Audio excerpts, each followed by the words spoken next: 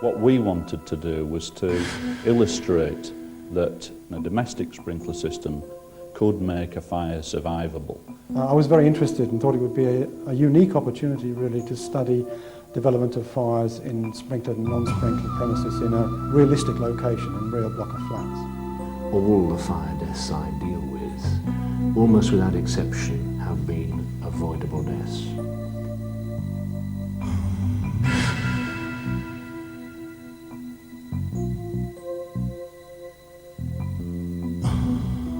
Every year during the past 100 years, an average of 600 people have lost their lives through fire in their homes,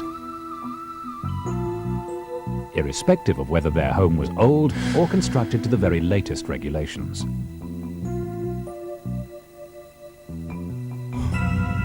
The vast majority of those killed in fires can be identified as the most vulnerable in society.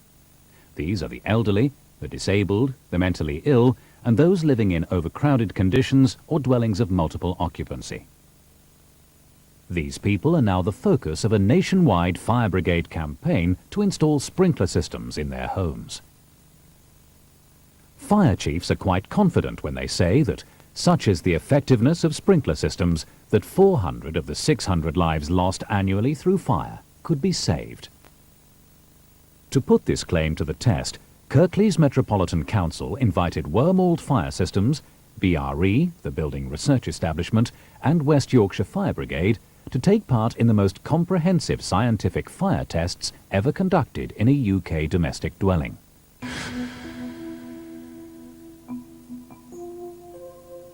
Kirklees Council chose 2 identical flats, each one identically furnished. Wormald Fire Systems were asked to install a residential sprinkler system to protect the lounge, kitchen and bedroom of the flat on the right of the building. Wormald were chosen because they've been pioneers of global fire protection since the 19th century and also have a proven track record of installing sprinkler systems in private dwellings. FRS, the fire division of BRE, chose 3 common scenarios in domestic fire fatalities. These were a discarded cigarette in a lounge armchair, a chip pan fire, and a fire in a bedroom. Observers and fire experts from throughout the UK gathered to witness the tests.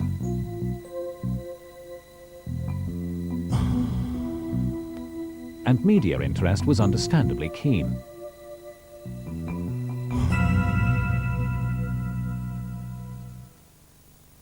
What we wanted to do was to illustrate that a domestic sprinkler system could make a fire survivable.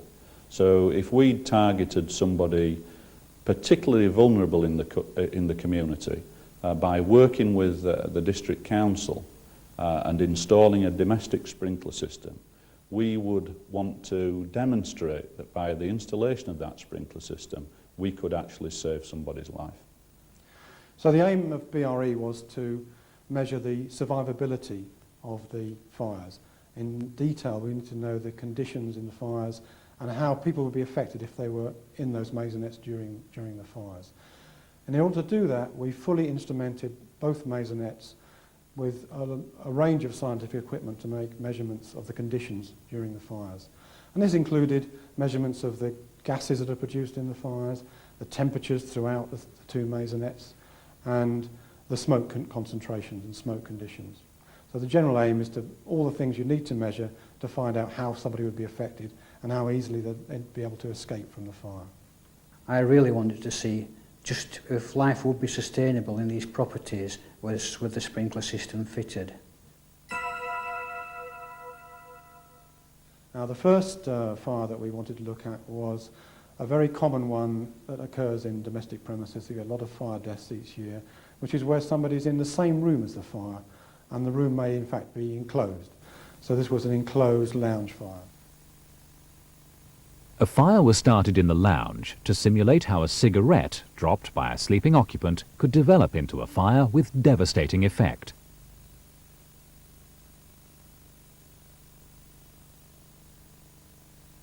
Within 1 minute, the fire takes hold of the armchair and grows rapidly out of control.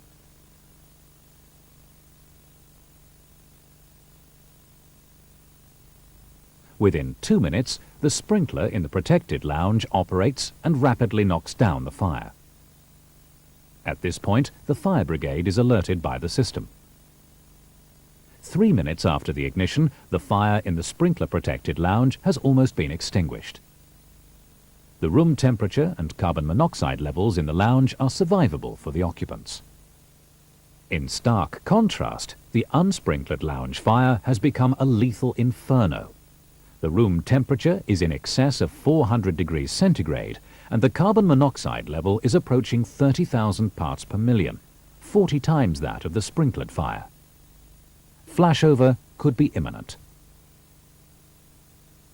7 minutes after ignition, the fire brigade arrive on the scene. As the fire brigade train their fire hoses on the unsprinkled lounge, the fire in the sprinklered lounge has already been extinguished for 3 minutes.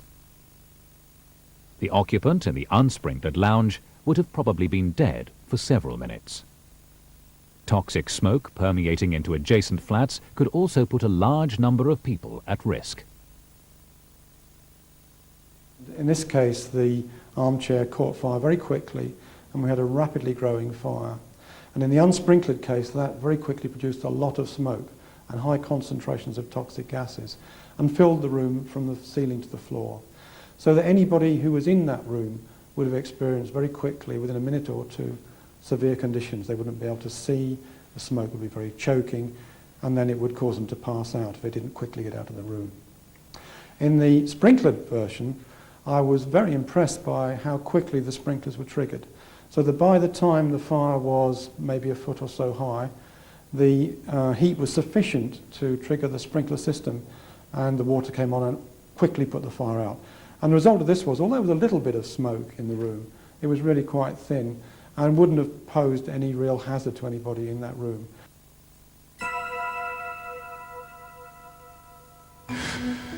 There's one case which springs to mind within the last 12 months, where the victim was not only elderly but also infirm, confined to a wheelchair. The only pleasure in life that this person had was maintaining smoking. And indeed, despite the best endeavours of the family, the person still wanted to continue, and of course they felt obliged to facilitate that. Indeed, the carers who were looking after this person used to make sure he was comfortable, leave him with his smokes, and sadly and almost inevitably, an accident happened. His smoking materials caused a fire. He couldn't move, and this was a case where there wasn't a smoke detector, but even if there had have been, it would have been no earthly use.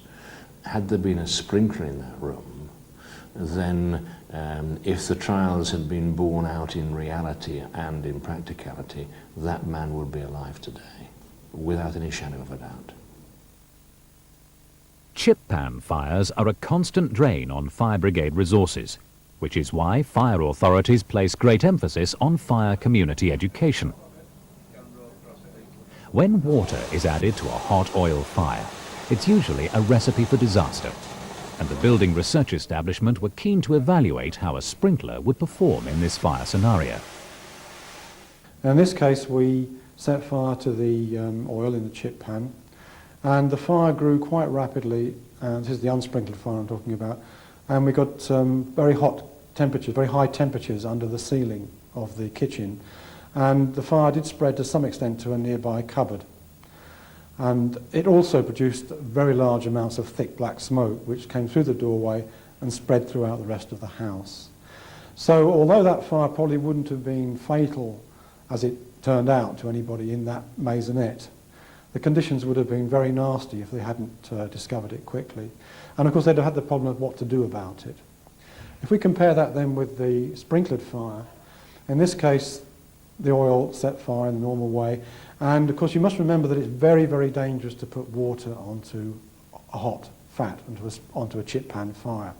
So one of the things that I was particularly interested in was what would happen when the sprinklers came on. Would they be effective? Now, Wormholds had produced a special fine spray for this particular kitchen application, and it triggered really quite quickly. The fire did flare up quite a bit, and then the sprinklers triggered, and the fine spray then quickly knocked down the fire and extinguished it. There was quite a bit of smoke around, but it really was for quite a short period. So if we compare the unsprinkled and sprinkled fires, the amount and duration of burning and the amount of smoke that was produced was much improved, if you like, in the sprinkled version. I think of one particularly last week, a chip fan fire in classic situation, a person returning home after an evening out, alcohol consumed, normal susceptibilities in fact are undermined. The chip pan was left on while the person retired to bed, obviously inadvertently. There was no smoke detector in the house. The door from the kitchen was left open, so smoke went upstairs. And amazingly, the person was aroused by that and clearly then succumbed in an adjacent room to the kitchen, being obviously disorientated and unable to get out. In the tests which I saw with regard to the chip pan fire particularly at Cleckheaton, unusually, and I wasn't aware this could happen, the sprinkler actually put the fire out. More importantly, in this particular case I referred to, if the smoke had in fact been controlled as it would have been by the sprinkler, then the person would not have been disorientated, and again a fatality would have been prevented. The final test centred around a fire in a bed to simulate a carelessly discarded cigarette. This type of fire usually results in the fatality of not only the occupant of the bed, but also those in the adjacent bedrooms. Although the fire spread slowly, the carbon monoxide level in the room would have quickly killed the occupant. Within 2 minutes, the fire in the sprinklered bedroom has activated the sprinkler, and the fire is quickly brought under control. Within 4 minutes, the sprinkler has fully extinguished the fire and contained it to the bed's occupant and duvet. More importantly, occupants in the adjacent rooms would survive the effects of the fire.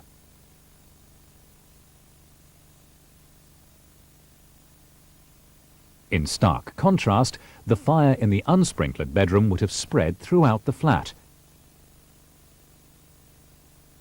and probably killed all the occupants by the time the fire brigade had arrived on the scene.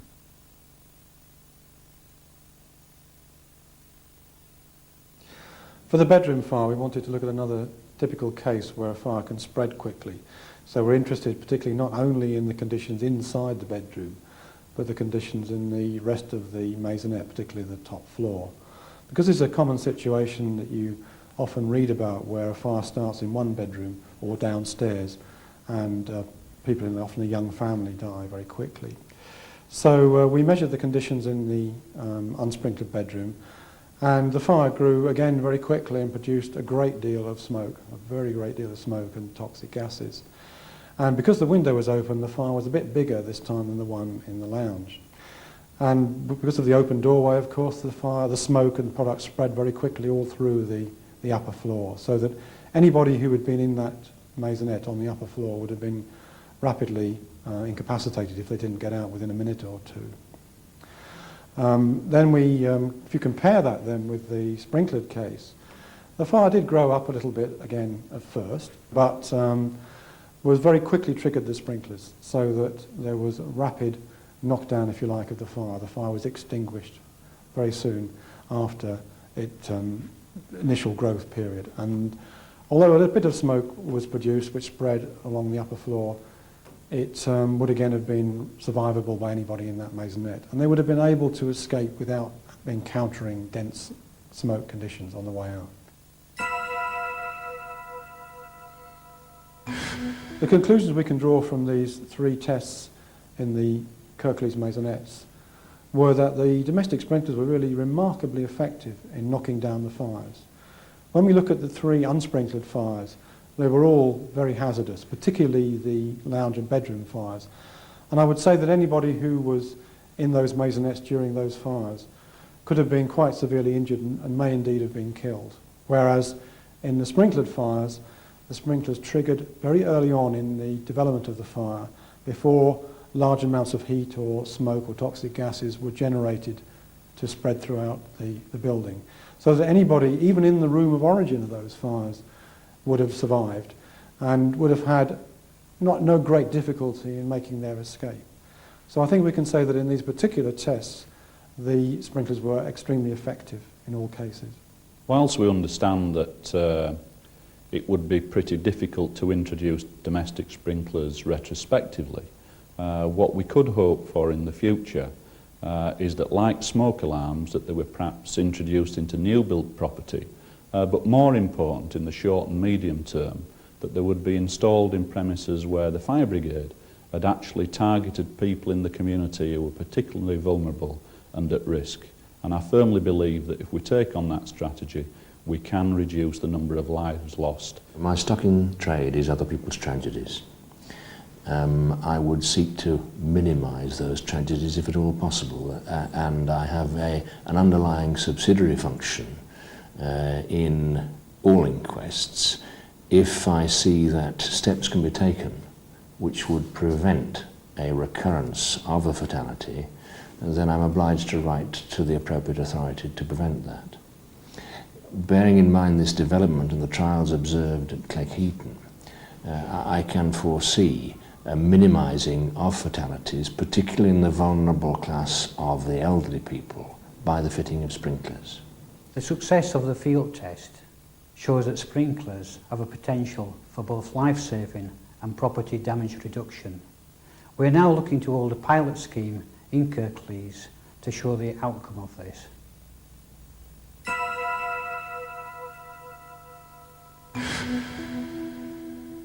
Sprinkler systems can make the difference between surviving a fire in the home and perishing in one. In less than 5 minutes, an unsprinkled fire can develop into a lethal inferno.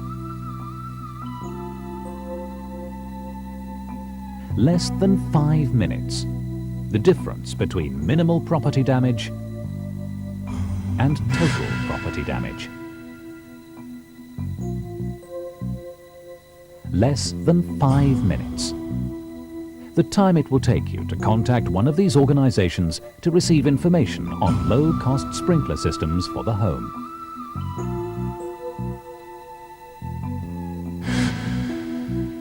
Take the time to save lives.